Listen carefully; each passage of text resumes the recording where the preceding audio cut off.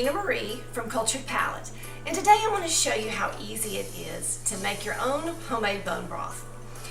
We're going to be using beef broth, beef bones today for beef broth, and the rule of thumb is 1 to 2 pounds of bones per gallon of water. Now, the type of bones you use is very important. You want to make sure that they're good quality. I use only grass-fed bones for my broth, and the reason being is that they're not fed antibiotics, no veterinarian medicines.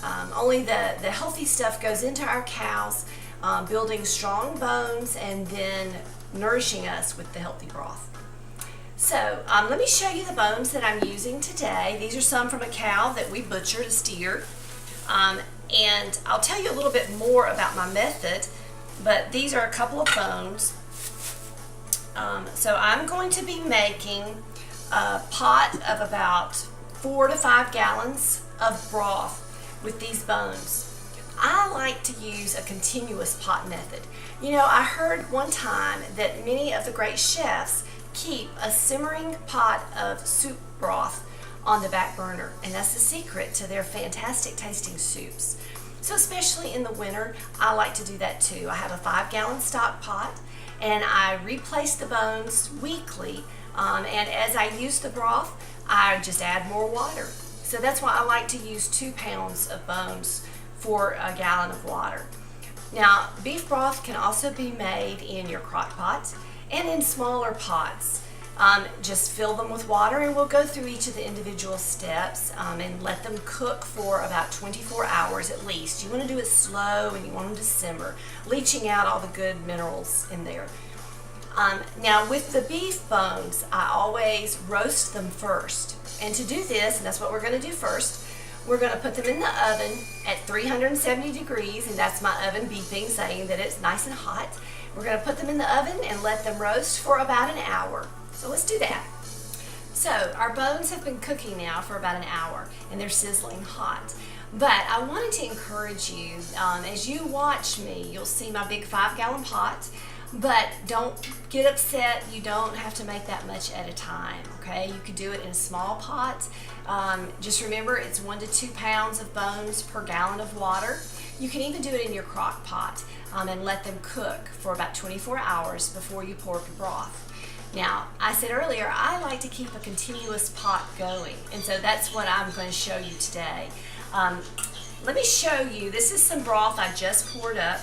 I love these half-gallon jars to store things in, but it's still warm, it's still nice and warm. But if we let it cool, it would gel because of all the gelatin and the minerals in the bones. Okay, so let's look at these bones that have been roasted. You can see they're kind of crispy looking. And so I'm just going to take them and I'm going to put them right into my pot. They will definitely cook down over the course of the week. And I even like to put drippings in. They are hot. So we'll pour that in. Okay. And then, so that we acidify the water, I'm going to put a couple of tablespoons of raw apple cider vinegar in. That just makes the water more acidic and helps all of the minerals leach out. Okay, so now the next step would be to fill this pot with water and put it on the stove, bring it to a boil, and then turn it down and just let it slow simmer. But I thought you might like to see what bones look like after about a week of cooking. It's amazing how soft they are.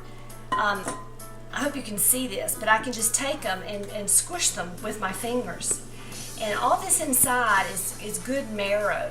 So if you can squish it with your fingers and add it back to your broth or put it in your soups, it's delicious. So same thing with all of these. They're just very soft. You can mash them in your hand. Okay, so I hope this has encouraged you to make beef broth in your own kitchen.